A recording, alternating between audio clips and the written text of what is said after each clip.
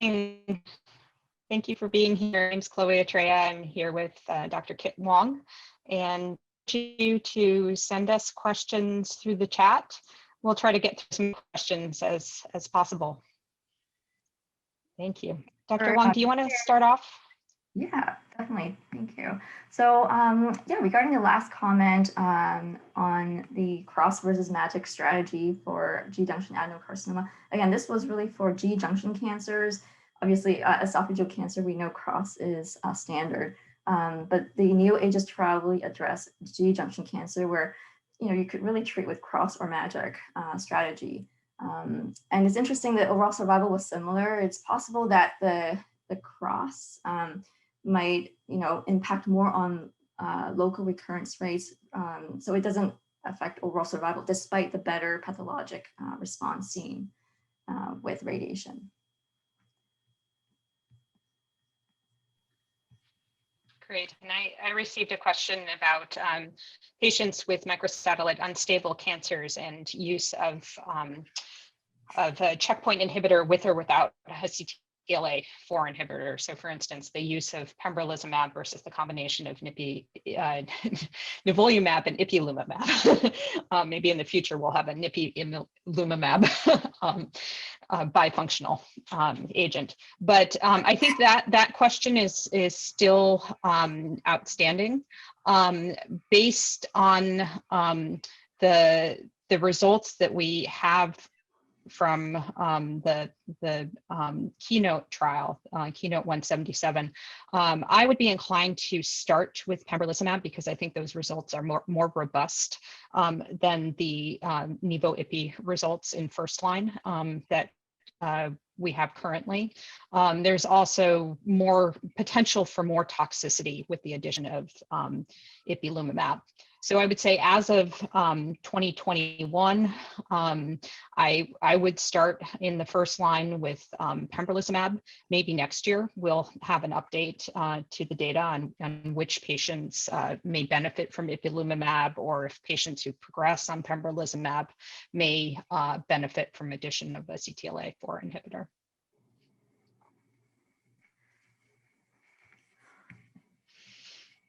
Yeah, and I had a question about whether CPS score for esophageal and gastric cancer is still worth checking, since the approvals for immune checkpoint inhibitors were for patients regardless of their PD-L1 status.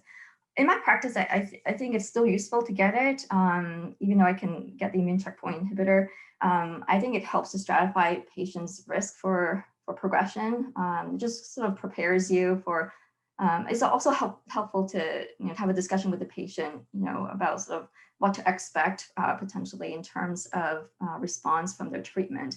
If the score is low, then yeah, it's quite possible they might get less benefit from the immune checkpoint inhibitor. So I would still check it. Great. I had another question about use of pembrolizumab in microsatellite unstable colorectal cancer, and specifically what the recommendations are for patients who have either a KRAS or a BRAF mutation. What has been shown is that the benefit seems to be equivalent regardless of mutation status if there is microsatellite instability. And I think this is particularly important for our patients with BRAF mutations who derive less benefit from standard chemotherapy. I would definitely start patients with a BRAF mutated microsatellite unstable colorectal cancer with pembrolizumab. And then I'd be considering, potentially either chemotherapy or BRAF-directed therapy in the second line. But I would start with the immunotherapy. The real problem in BRAF-mutated colorectal cancer is durability of response, and that's where the immunotherapy can have its greatest benefit. That if the patients respond, they may respond over a very long period of time. Whereas with all of the other therapies for BRAF-mutated colorectal cancer, we're really running into very short intervals of response, if at all. Are there any trials looking at like BRAF inhibitor or some other inhibitor with IO, like for BRAF? Yes. Absolutely. Yep. There are several trials in progress that are looking at the combination of a checkpoint inhibitor with either a BRAF inhibitor and an EGFR targeted antibody, or a BRAF inhibitor and a MEK inhibitor. Yeah, so that's an exciting area. And those trials are actually for patients with microsatellite stable BRAF mutated cancers as well as unstable. And I received a question about hepatography infusion. What is the role of that in the current practice setting in the US? So I think in Asia, immune checkpoint inhibitors are not as widely available. I don't think they're approved. So I think it might have more of a role there. But certainly in the US, we have atezo-bev, it's really well tolerated. And I think it's a combination that's hard to beat. And plus, we are expecting a lot of combinations in the upcoming few years. Lenvatinib, Pembro, Cabo-Atezo, Durva, Tremi, all these combinations will read out in the next few years. So yeah, and HAI is pretty invasive to have the patient go through that every few weeks, going to IR for procedure. I think that, yeah, quality of life is definitely an issue to consider. So I don't see this, being prime time and available that patients would be willing to go through anytime soon. It may potentially have a role for patients who cannot get atezolizumab, or if they have a liver transplant and they're not able to get an IO, maybe this might have a role. I mean, it did improve survival against sorafenib. So yeah, but I don't really see this being commonly used in our practice. Great. There's a question that came in actually for both of us. I'll get us started. So the question is, who are the patients you would consider combination immunotherapy versus immunochemotherapy for MSI high colon or gastroesophageal cancer? So I think I've addressed for colorectal cancer, I've addressed the combination immunotherapy that I think at this point I would start with pembrolizumab in the first line. And that the data is still evolving for combination immunotherapy. In terms of immunochemotherapy, that is a really interesting question, and is something that's being investigated both in metastatic disease as well as in the adjuvant setting, so stage 3 cancers that are MSI high. I would say for colon cancer, that's still investigational. And so I haven't been combining chemotherapy and immunotherapy for patients with colon cancer outside of a clinical trial. But I would predict that in future, ASCO review meetings, we'll have practice changes that help guide us in that area. Dr. Wong, do you want to address the question for gastroesophageal? Yeah, for MSI high tumors, I would agree with Dr. Atreya. I would also use immunotherapy. There's currently no solid data for immunochemotherapy for MSI high tumors in gastroesophageal cancer. And I think you have another question. Yes, yeah. So this question that came in, am I comfortable substituting Cape Cider Bean for 5-FU in the FOLFOXIRI-Bev regimen for treatment of BRAF mutated tumors? So in general, and maybe Dr. Wong has thoughts about this also, but in general with FOLFOXIRI, whether or not it's for BRAF mutated tumors, because I use it in other high-risk disease, I do not substitute Cape Cider Bean for 5-FU, and it's because of toxicity concerns. So in general, I don't combine Cape Cider Bean with irinotecan. There is the Cape Iri regimen, but due to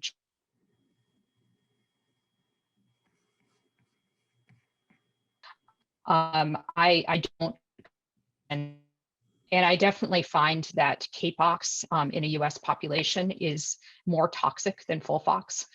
If I'm trying to use Capox or Folfox for more than 3 months, I generally will go with Folfox. When it's just adjuvant, 3 months of adjuvant therapy in a fit patient, and I do use the Capox regimen, but I definitely use cytarabine along with with radiation or in the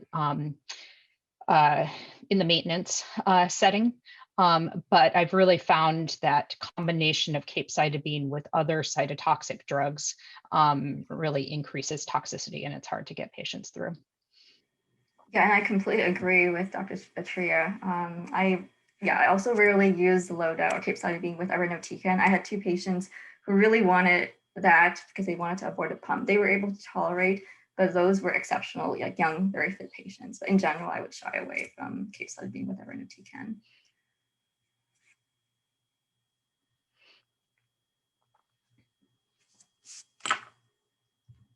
Dr. Wong, what about this? There was a question about what to do if there's residual disease after flot, and whether you would use immune therapy or try to complete the flot.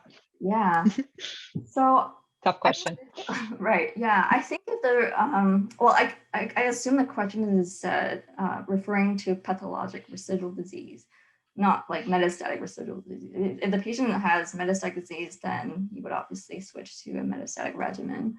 But if somebody has pathologic residual disease, I think I would still follow the whole flot regimen, like the perioperative chemotherapy, the whole protocol, because that's what the trial used, and that's where the benefits were shown, is using that protocol. So I would still use flot and just complete it and see what happens. Yeah, I would agree. I think the exception would be if there was evidence that there was cancer growth on the preoperative flot like that. Right. That would be an obvious exception where we would consider something else. But yeah, I think it's designed to, the whole reason for needing the adjuvant flot is this idea that the cancer is not completely gone at the time of surgery. Good point. Yeah. So I agree with that. Okay, so I received a question about the role of tumor mutation burden in metastatic colorectal cancer and the use of PD-1 inhibitors. And so tumor mutation burden is correlated with response to PD-1 inhibitors. However, I would say at this point, apart from in clinical trials, I don't see it as really like a clinical biomarker. So the MSI high tumors tend to have high tumor mutation burden. Those tumors are the ones that tend to respond. There are some MSS tumors that have higher tumor mutation burden. It's unclear at this point whether those patients might respond to immunotherapy. I would say that those are the patients who I really try to get onto an immunotherapy clinical trial. So if I had an MSS patient and I wouldn't send out for tumor mutation burden on its own, but in some of the molecular panels that I send out for, it will tell me tumor mutation burden. If it said like, TMB is 10, I would be looking harder for an immunotherapy trial for that patient, I would say, than a patient with a TMB of 1. So I would say that it's mostly in the trying to find a good clinical trial for the patient. I'll leave it at that for now. So a new question came, metastatic G junction, adenocarcinoma after surgery with perioperative flot. What is the next line of therapy? Is it immunotherapy or immunochemo? I guess it depends on how soon after completing the adjuvant flot did the cancer come back. If it's been, more than 6 months and the patient doesn't have a lot of toxicities, then I would go with sort of the standard first line, chemo with nivolumab. If the patient has a lot of toxicity, like neuropathy, for example, that's a tough one. I think it would be reasonable to start with 5-FU immunotherapy, something like that. I think because, the landscape is changing so rapidly, a lot of the data that we had previously, everything has to sort of re-looked at in the setting of, the immunotherapy approvals now available for first line. But yeah, I think that's a good question. There's no right or wrong answer in this case. Chloe, do you have any comment on that? Let me unmute. No, I agree with that. I totally agree. One thing I was noticing in some of the questions that are coming in is that because we're talking about sort of similar drugs for the different diseases, it would be super helpful if folks could specify which cancer or cancers they're referring to. So for instance, this next line therapy, immunotherapy versus immunochemo. If the person who asked that question could let us know in what context they're asking the question, that would be helpful. In the meantime, there's a question about use of some of these new KRAS G12C inhibitors for in new drugs for KRAS or HRAS mutated colon cancers. And so I would say that that's a really exciting area that for RAS mutated colon cancers, like I think we've seen with BRAF mutated colon cancers, we are going to need combination therapies. We've seen really nice activity in lung cancer with the G12C inhibitors, drugs like adagrasib, that we aren't seeing the same level of activity in colon cancer, but now there's a whole proliferation of combination trials, and that's where I think that we're going to make progress. Learning from the G12C context, which is pretty rare in colon cancer, about 4% of colon cancers. We're hoping to learn more about treating KRAS mutated colon cancer with targeted therapies in general. So there are some new, for instance, ERK combinations that are coming out. There's a KRAS G12D inhibitor that is in development. So that's an area to watch. I'm pretty excited about. Dr. Wong? Yeah, a question came up about CPS and PD-L1 expression, and different labs give different results. Yeah, the assays, there are multiple assays. I would say CPS is better than TPS because it looks at the other immune cells as well, rather than just the tumor cells for PD-L1 expression. And I think, a lot of the trials now are in gastroesophageal cancer are using CPS. Even though they did report some of the endpoints were for TPS, like 1% or greater. But ultimately, CPS is the more important marker. And in terms of, they have different cutoffs. Ultimately, the approvals are for all randomized patients. The trials, when they looked at all randomized patients, they still saw overall benefit. So the IOs are still indicated, but just know that, the higher the CPS score, the more likely the benefit, or the greater the chance of benefit with the IO. So yeah, I think the approvals actually make it easy, everybody gets it, but it could potentially predict how well the patient would respond in terms of CPS score. Actually, I have one last question for Chloe, is that okay? What is your practice now in terms of treatment breaks for colorectal cancer? I'm just curious, do you use Cape Cider Bean bevacizumab, Cape Cider Bean, or do you give the patient a complete treatment break? And what if the patient had, let's say, sulfoxafleximab to start with? Do you do any maintenance in that scenario? Mm-hmm. Yeah, it's a good question. I would say it's really individualized. So I go over the data indicating that a maintenance therapy may lengthen the time before we need to use again. At the same time, we don't have data to suggest that it changes overall survival. It also depends on the patient's burden of disease. So I would say it has to do with patient preference. If it's a high burden of disease, I might be more likely to do a maintenance therapy than in someone who has just a little bit of disease and say had a lot of toxicity from chemo and wants a break. My practice, when when a patient is a candidate for Avastin for bevacizumab, or now, yeah, we have all these different forms of Bev, that I do usually combine the bevacizumab with Cape Cider Bean, although it's a nice option to just use the Cape, and then the patients don't have to come in for infusion, and I can see the economic benefits. So I think that the study that was presented at ASCO is an important one. Yeah, so that's what I would say. Looks like we just have 1 minute left. Dr. Wong, any parting words? Not really. Yeah, I just want to thank you for your time, for listening to our talks, and that was a great discussion. Thanks for all the questions that you have.